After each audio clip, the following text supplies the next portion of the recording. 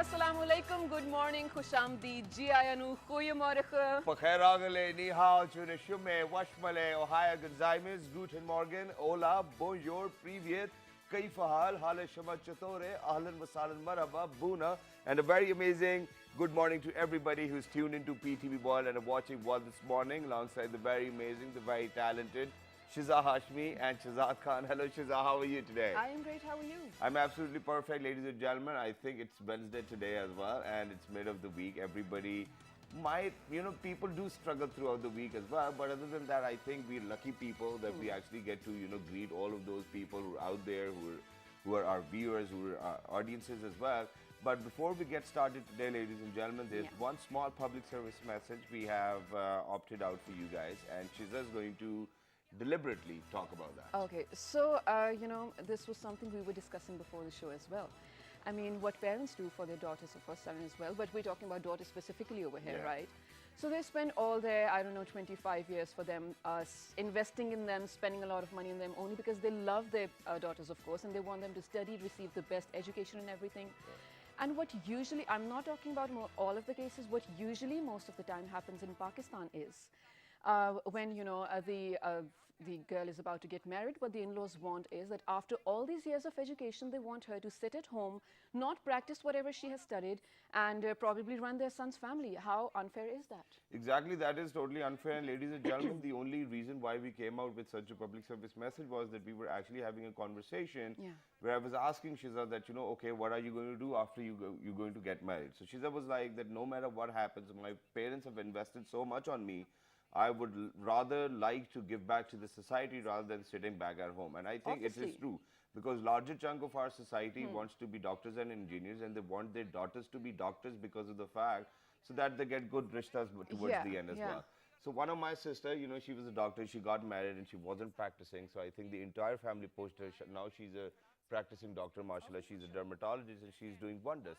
So all you need to do is that you have to maintain a balance, even if it's a man or a woman, or whether you're working or not.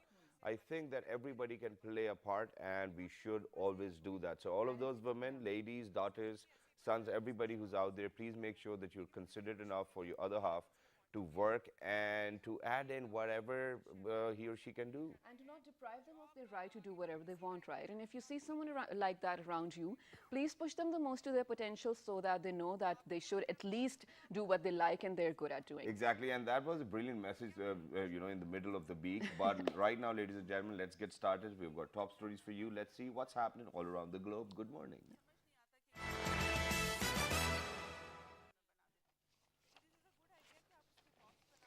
Pakistan reaffirms its continued support to United Nations peacekeeping operations. The foreign minister says 0.2 million Pakistani peacekeepers had participated in the UN peacekeeping missions around the world in the past 5 decades, and will continue to do so. Indeed. Coming back to cricket, where Asia Cup is underway, stockily built Mohammad Shahzad knocked a brilliant 100 as spirited Afghanistan pulled off a last over tie against India in the Super 4 match in Dubai.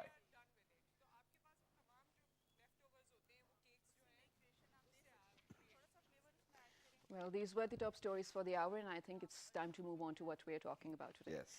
So I think I've discussed this with you before as well. So I recently started doing another degree that I felt like I need to do.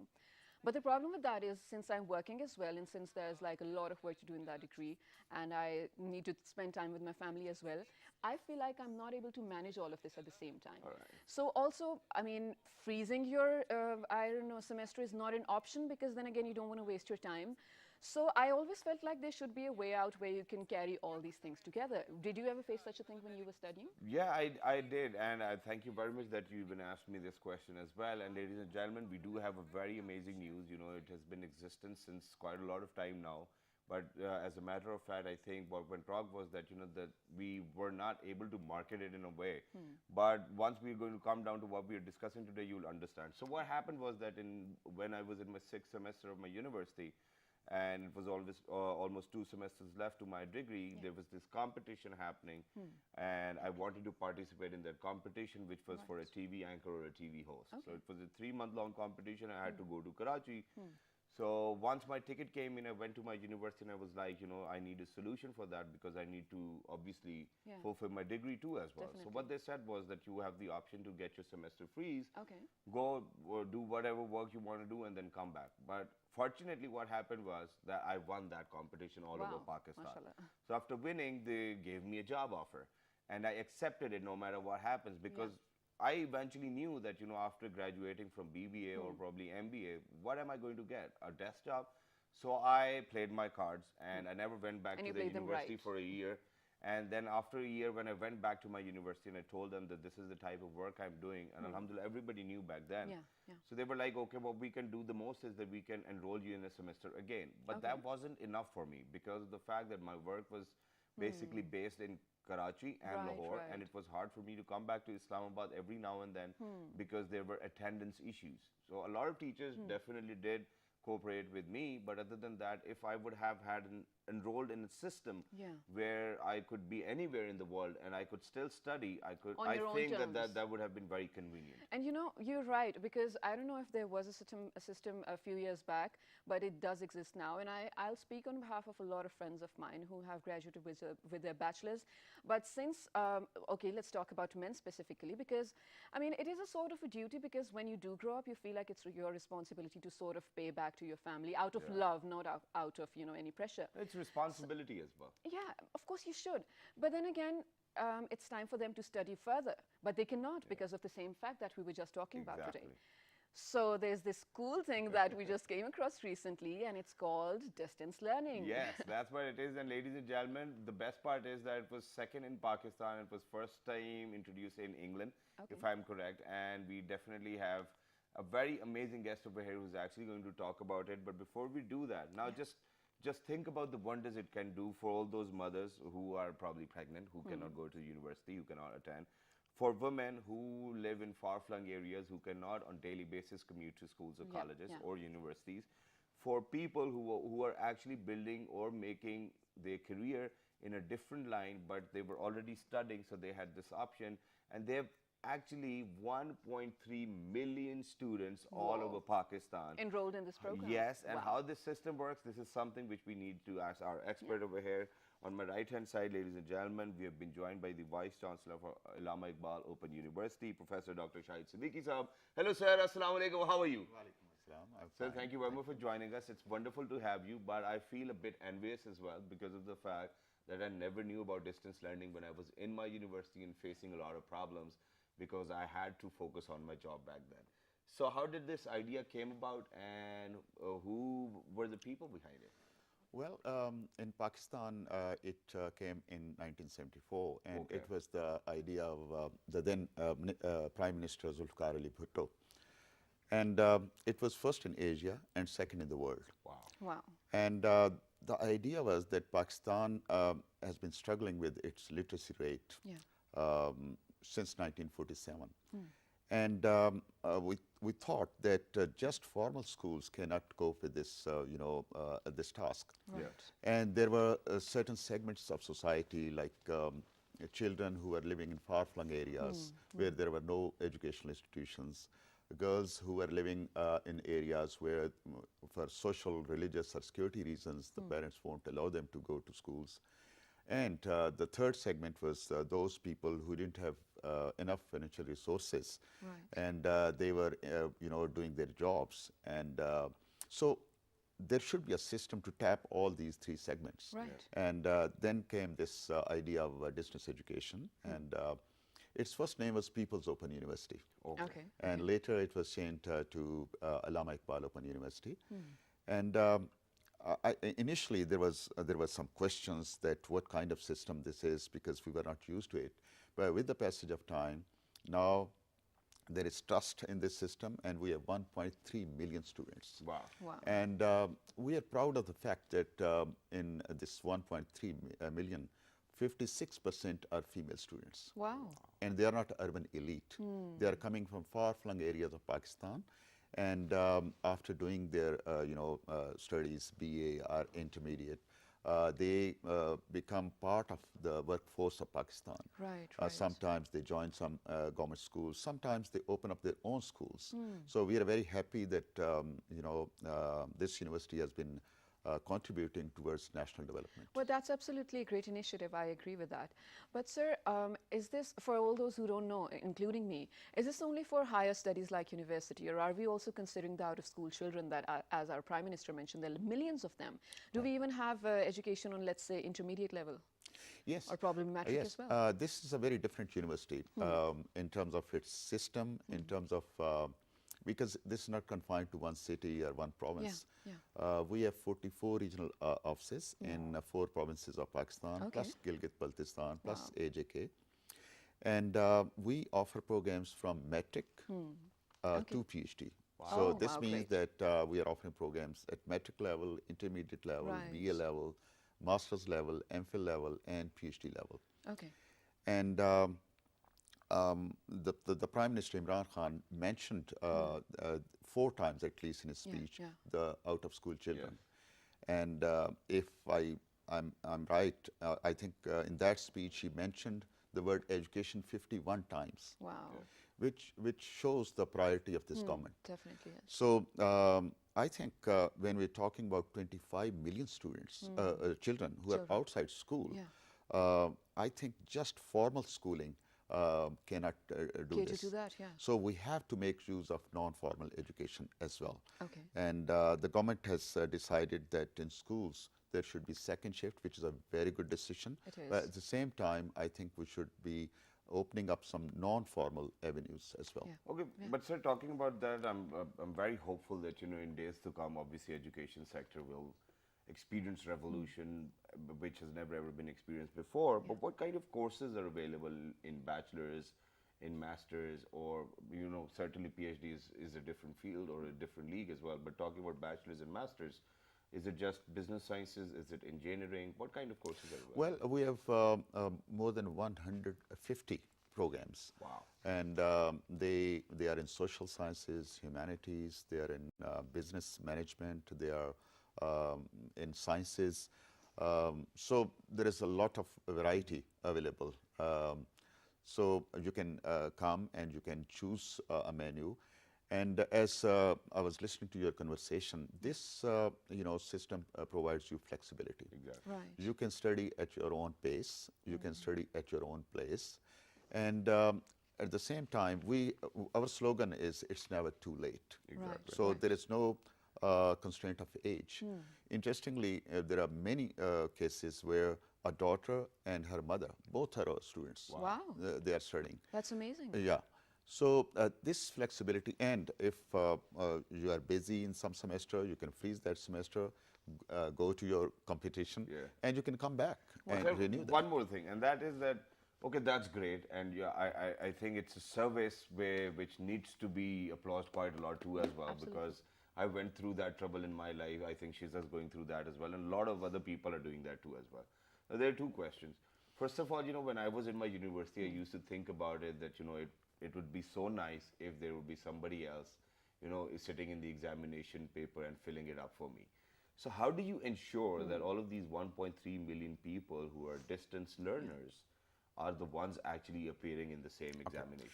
This is a very good question. We have, examination system which is prevalent in all other formal educational institutions. We do have our examination centers. There are teams of invigilators. And to monitor them, we have our monitoring teams. And plus, to make sure that the same student is writing on the card, there is a picture of that student. So it is not possible that somebody else writes a paper. So that means that all the students actually have to come to all of those remote examination halls and then appear. Okay, that's But to facilitate them, if a student is in Sakhar, the examination center will be in Sakhar. Similarly, tutors will be from Sakhar. Wow. So because they don't have to travel to Islamabad, remaining in their areas, remaining in their cities, they can continue with their education and jobs. Okay, so here I think we have established that we know that how to ensure the presence of the right students. But how can we ensure the quality of the content of the curricula that you're giving out? Are we on the same page as the global education standards? Yeah. I think it's very important that the curriculum issue is very important. With curriculum, we design our own books. Okay. And with this changing time and with changing needs, we have to update our curricula and textbooks. And I joined this university as Vice Chancellor 4 years back, though I worked here 13 years before that. So we took up this job of updating our curricula, and we have finished that job. We have updated all the curricula. Plus, I think with the changing circumstances, we need to come up with new programs as well. So in the last 4 years, we have designed and offered 26 brand new programs. Wow, okay. And we have our own, quality assurance cell, which is there to make sure that there are certain steps which must be followed. So, for instance, at MPhil and PhD level, we make sure that the number of students is very, very small. Okay. Like at PhD level, we won't admit more than 10 students. Okay, okay. But sir, with 1.3 million students enrolled, what does AIOU constitutes to the literacy of Pakistan? Well, I think when we look at the literacy map, the situation is not very, optimistic. We have 58% literacy rate, which in South Asian countries, perhaps very low. Afghanistan is below us, otherwise we are the second last. So that is what I was referring to, that here, if we want to attain this goal of literacy, 100% literacy, just formal educational institutions cannot do that. We have to bring in non-formal educational institutions. For instance, let me give you one example that we did this experiment that last year for the students of FATA and Balochistan, we decided that we'll be offering free metric program. Oh, great, great. And can you believe that the applications were increased more than 8 times? Wow. So I think Allama Iqbal Open University in this respect is playing its role to, for instance, and there are certain other, initiatives. Right. Because I personally believe that this society has given us a lot. Yeah. And it is our now responsibility, pay back. educational institutions' responsibility to give back Yeah. to the deprived and stigmatized segments of society. For instance, we are offering free education for the jail inmates. Okay. Wow. And in We discussed it last time yeah, as well. we have 97 jails in Pakistan. And I personally visited a number of jails, met with the prisoners, motivated them. And this year we have more than 1,000 prisoners who are getting education at different levels free of cost. Wow, so it's great. So we're talking about cost, since you've mentioned that even you're offering a free education to matric level students. So are the fee structures for the university level students affordable? I mean, since you are targeting the segments of society who don't have the resources that we guys do, I mean, we're privileged, let's say.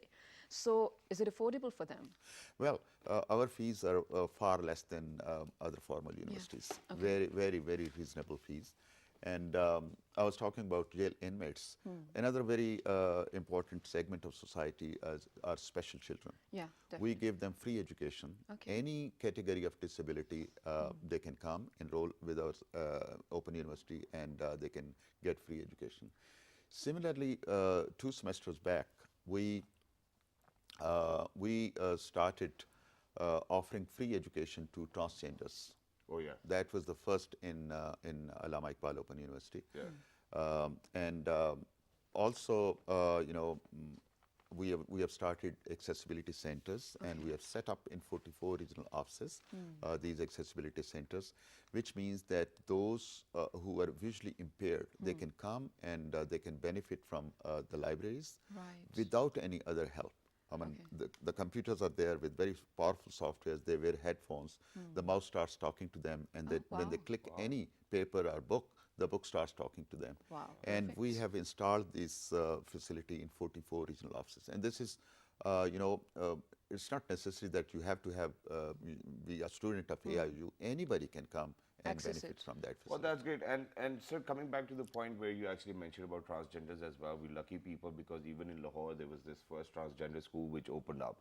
Now, would you mind shedding some light on as to what is the enrollment percentage of the transgenders as well? Are they willing to study?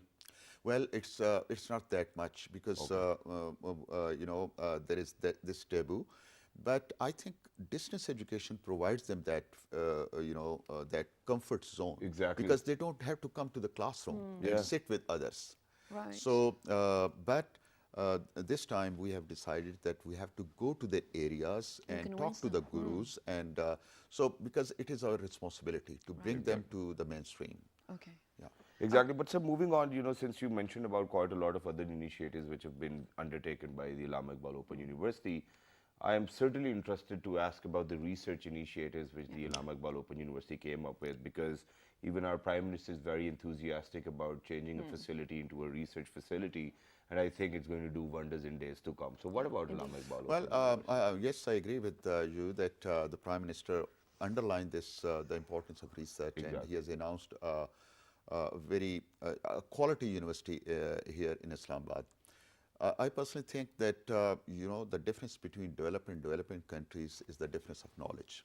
Okay. And knowledge can be constructed and created by research. Yeah. And the basic job of universities is to create and construct knowledge. The difference between, you know, a school and a university is that in school we just disseminate knowledge, but in universities we create knowledge.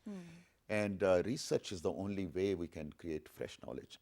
But this research should be relevant, should be, you know, providing solutions to the socioeconomic problems of a society. And in Allama Iqbal Open University, in the last 4 years, we focused on this. And our libraries open 7 days a week, and from 8 to 7. And in last 4 years, the research publications are increased more than 100%. Okay. And we are publishing 17 research journals, and perhaps the only university which is publishing 17 research journals. Last 4 years, we have organized 39 research conferences, Wow. where researchers from outside come and our young researchers interact with them.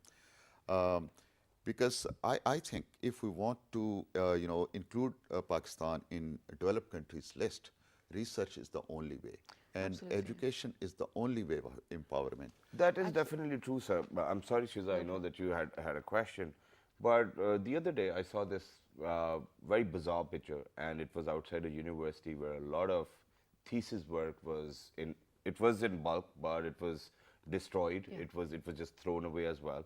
And I know because I've written my own thesis as well. A lot of research goes into it. Yeah, A lot a of lot of hard work time, goes yeah. into it. Why are we not utilizing all of this research work which has been done by all the students? Well, I think I would like to view this whole situation from a different angle. Sure. My take on that would be that the kind of research we should be giving to our students should be of practical nature. Because just producing a thesis and producing graduates won't, I mean, you can Thank you very have much for saying that. heap of, you know, Right, thesis, right. but the research should be of practical nature, and it should be relevant to our socio-economic problems. And only then we can make use of that research for the development of our nation. Amazing. Okay, okay, that's so, you know, that's great, but the venture that you're on to, you're, from what I get is you're offering degrees, which is great. Are you also offering diplomas, probably 3 to 6 month diplomas for the Yes. people who don't have enough time but need the training, or let's say the capabilities or abilities? Yes, we do have a department where we offer these diplomas, Okay. and they're very basic. You know, for instance, repair of mobile, Okay, okay. tractor maintenance, like that. And that is part of our mandate of functional literacy. Okay. And those people who are not interested in, you know, degrees, and they are interested in this practical work, we are offering these courses. Okay, that's great. But let's quickly move on to, let's say, 5 years from now. Do you plan on adding more courses to this? I mean, do you plan on adding, let's say, global level or world level journalism courses, or any other that you don't have right now? She's always interested in journalism. Well, yeah, journalism is very important. Yeah. But I think we have one of the largest mass communication department in Oh, great. this university, Okay. where we are offering, MA level programs, MPhil level programs, and PhD level programs. Okay. And since I came 4 years before, I realized that there should be more programs for working journalists. Right. Exactly. And so we have started a brand new MPhil program called Professional Track. And only professional journalists can apply in that program. Great, great. Plus, in that mass comm department, we are going to offer at least six certificate programs. Very, very basic. For instance, how to handle a camera, how to file a news, things like that, where we would like to invite practicing journalists and anchors to teach on those courses. Okay. And which is definitely adapting to the changing times too as well. Thank you very much, sir, for being with us. It was lovely to have you on the show once again. And ladies and gentlemen, I think now the responsibility is on our shoulders. We have this avenue for all those people who face trouble, who face problems, or probably have family things to do or house chores to run. I think this is your best option if you want your education to be on point. So we're going to head out for a short break. Don't go anywhere. We'll be right back, because when we're going to come back, we're actually going to talk about the water scarcity within Pakistan. Let's do it. Good morning. Stay tuned.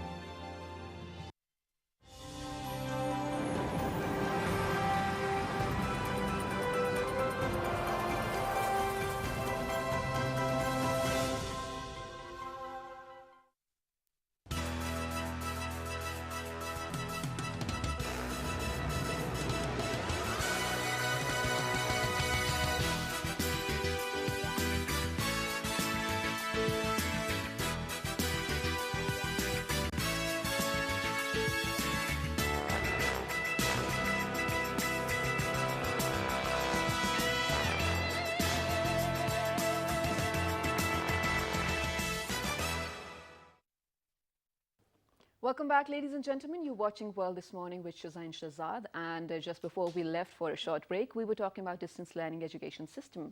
And we concluded that it's great that we have this opportunity and this facility inside Pakistan. Now we're headed to, I think, something even more important, the need of the hour, let's say. We know that we are scarce on water since years now. And just a while ago, Shahzad was telling me that we hit the scarcity or the warning line in the 90s. Yes. And now, this is the point, ladies and gentlemen. This is not a warning, and we're not scarce on water. We're going down. Like, we've crossed the level. Yeah. So even talking about that, Shahzad, the worst part is that by 2025, all of these organizations, they're saying that we'll actually be running out of water too as well. Yeah. And I've got a few facts to share as well, ladies and gentlemen. According to International Monetary Fund, IMF, Pakistan ranks third in the world among countries facing acute water shortage. Reports by UNDP, PCRWR warns us about absolute scarcity by 2025. We have seen in Cape Town, there's no water left. So every family member is going, in fact, one family gets 6 gallons of water after every 2 days. So imagine how difficult things are going to be.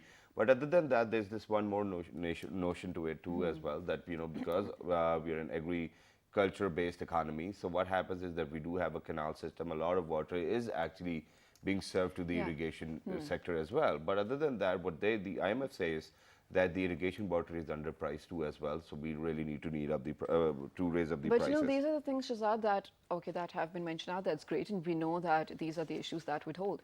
But let's talk about individual level, how we are contributing to the loss of water, scarcity of water as well. Roughly speaking, what is your usage of water daily?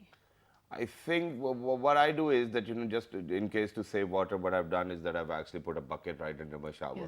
So I fill in a bucket and I make sure that I only use a bucket. I do not shave at home. I go to the barber so that, I can get my shave done over there as well. And I think these are the only uses of water, or other than that, I drink water. So probably drinking more water is healthy. No matter if you find water or not, make sure that you drink a lot of water because that's very essential. But at this very point of time, Shiza, what is very important is that as we have seen, that our Prime Minister and Chief Justice of Pakistan, they have actually collaborated in fundraising as well.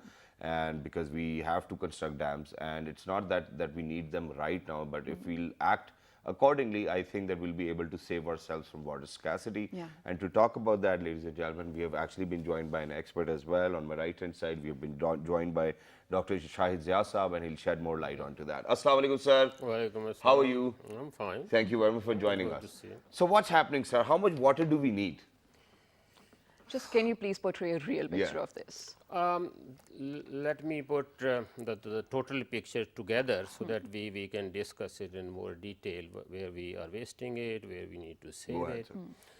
Normally, it's estimated that about 140 to 142 million acre foot water flows into our rivers. Okay. And then we divert about 102 million acre foot water for irrigation agriculture. With some losses, about 12 million acre feet, 90 million acre foot water is available for irrigation. Okay. And when it reaches the farmer's field, it comes around 50 million acre feet. So almost half of so where is it going then? Half of it is the conveyance losses somewhere. Okay.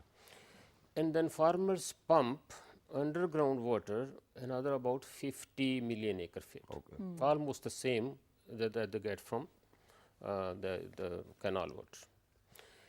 And recharge from the rainwater, from the rivers, from the canals is about 23 million acre feet.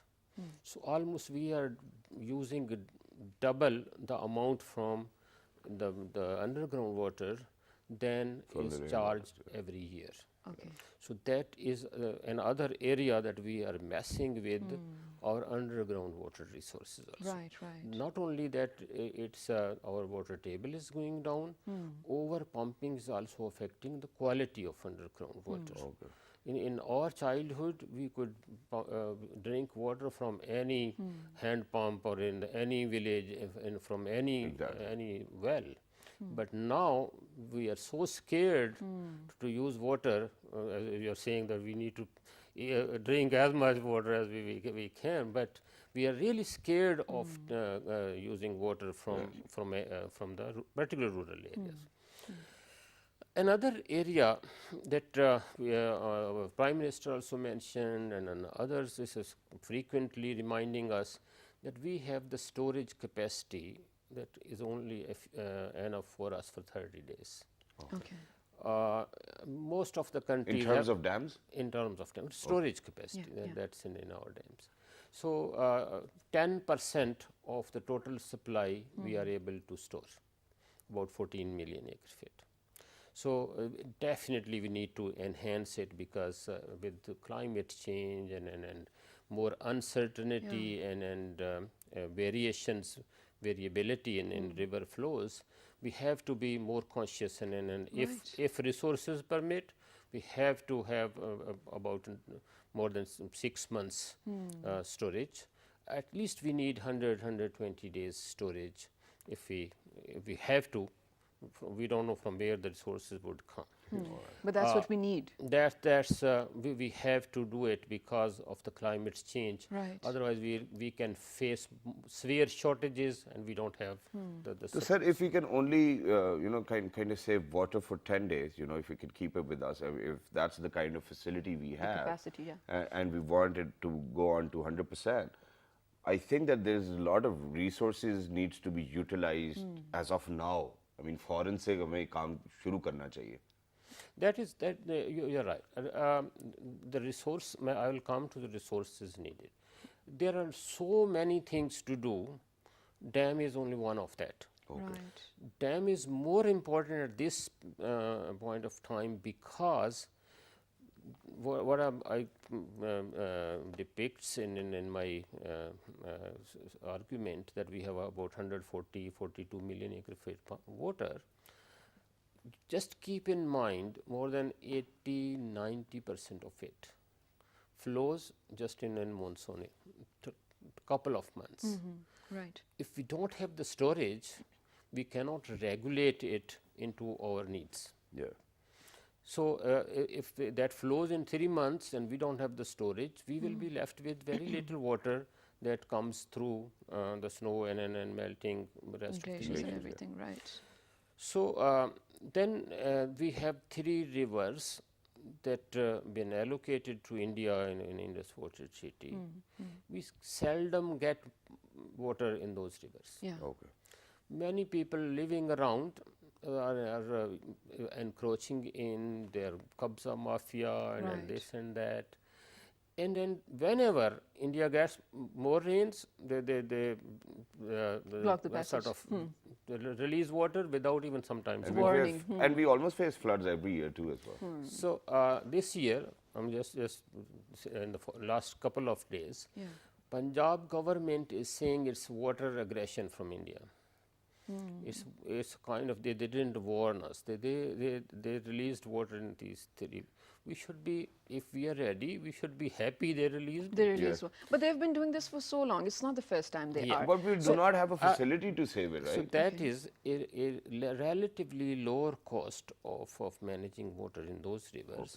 If we have we use the river beds, invest a little bit in that, and then make storage at several places on the way to the sea, that will help in 2 ways. Right. One, that we will have more seepage of fresh, good quality water into our groundwater, will help us improve water quality. And then you remember in those areas where because of the stoppage of these 3 rivers, the underground quality is going from bad to worse. Right. So, if we have seepage, recharge, we say recharge dams in those areas, that will help us improve the quality and the quantity of underground water. Second, we can use that water if we have enough adequate resources for many different uses, number 1. Number 2, we need immediate actions on those who are polluting, affecting the quality of whatever water we are existing, we are using. Okay. So, we see sometimes affluents coming into from the cities and from the industry into the clean water of rivers, of drains, of even into canals. Okay. So, that we need to do to improve the quality of water what we have in our system. Third, now I come to the resources needed for dam and rest of the water system improvement. As I mentioned in my argument that almost half of the water is wasted. I heard this debate in last year in the National Assembly. They were talking about 90% wastage. Wow. So that means we have to do something, and we have to set our priorities right. Yeah, Because it's sad, definitely. yeah. Yeah, So we have resources, yeah. and then we need to see whether we need to spend it on sector A or sector B. Okay. And then we have no choice now. We have to invest more in our water sector. So, to save the water, if we say we save that 40–50% of water that is lost from river to the field, that means about 3 times the storage capacity we have in our dams. Okay, but sir, very quickly, because we're only left with 2 minutes. Okay. Yeah, you go ahead first. Okay, just this one quick thing. Thank you for actually mentioning the water table that you talked about just a while ago, because I was going to ask that anyway. So a lot of people, discuss this in front of me as well. I have seen this discussion in youngsters as well. Why is our Prime Minister focusing on planting trees when there's, a lot of other things to focus upon? He's only focusing on making Pakistan look better. Well, yes, first of all, he is. Second, what you guys don't understand is planting trees is not like just for the sake of the plantation drive. You are actually contributing to increase the water table. Of course, there's a certain level of water that we need underground. You're contributing to that. Also, you're contributing to the global warming. I mean, you're calling in or inviting rains, more rains. So when you are sort of being a part of this plantation drive, you're also directly or indirectly being a part of, conserving water for Pakistan. Exactly, and at the same time, I think trees help a lot to, stop flooding too as well, ladies and gentlemen, so it's very imperative. But towards the end, sir, there's one thing which I would love to ask, and that is that, I've been in conversation with members of NDMA, employees of NDMA, National Disaster Management as well. And the only thing which I fail to understand about Pakistani offices or the institutions is that the report said it in 1990 that we are below the stress level now. So why does it take us so long to realize that this is our current problem? Because it's 2018, it's going to be 2019, 2025, we're almost there. So I don't think that we are going to leave water behind for our kids as well. Why do we respond so late? Again, I would start with that we need to set our priorities right.